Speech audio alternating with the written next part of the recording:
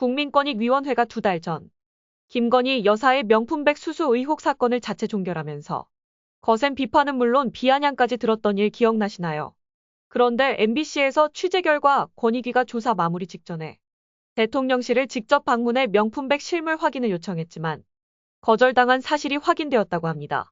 국민권익위원회는 지난 6월 10일 김건희 여사의 명품백 수수 의혹 신고 사건을 공직자 배우자에 대해 제재 규정이 없다며 사실상 아무 조치 없이 마무리 지었습니다. 조사기한 90일을 훌쩍 넘겨 반년을 끌고도 당사자 조사나 현장 확인 없는 졸속 봐주기 조사였다는 비판이 거셌습니다.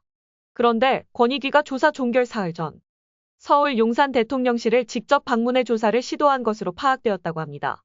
조사 실무자들이 김건희 여사가 받은 명품백의 실물과 보관 상태, 혹시 쓴 흔적은 없는지 조사하러 대통령실을 찾은 겁니다.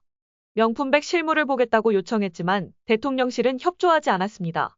또 대통령실에 언제부터 어떻게 보관됐는지 관리대장도 점검이 필요하다고 요청했지만 이 역시 거부당한 것으로 전해졌습니다.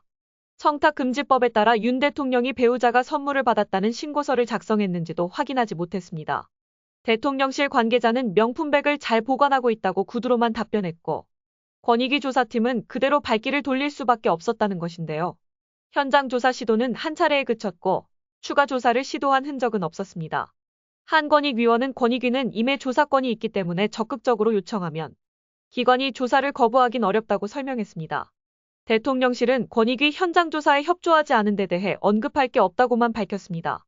권익위 조사 실무 책임자도 신고 사건에 대해 법에 따라 밝힐 수 없다고만 말했다고 합니다. 국민권익위원회 고위 인사가 숨진 채 발견돼 경찰이 조사에 나섰다고 합니다. 세종남부경찰서와 세종소방본부, 권익위 등에 따르면 8월 8일 아침 9시 50분쯤 세종시의 한 아파트에서 권익위 국장 A씨가 숨진 채 발견됐습니다. 현장을 목격한 신고자들은 A씨가 출근하지 않고 연락도 없자 아파트를 찾아갔던 것으로 알려졌다고 합니다. A씨는 메모 형태의 유서를 남긴 것으로 전해졌습니다. A씨는 권익위에서 청렴 정책과 부패 영향 분석, 채용비리 통합 신고 업무 등을 총괄하는 부패방지국의 국장 직무대리를 수행해왔는데요.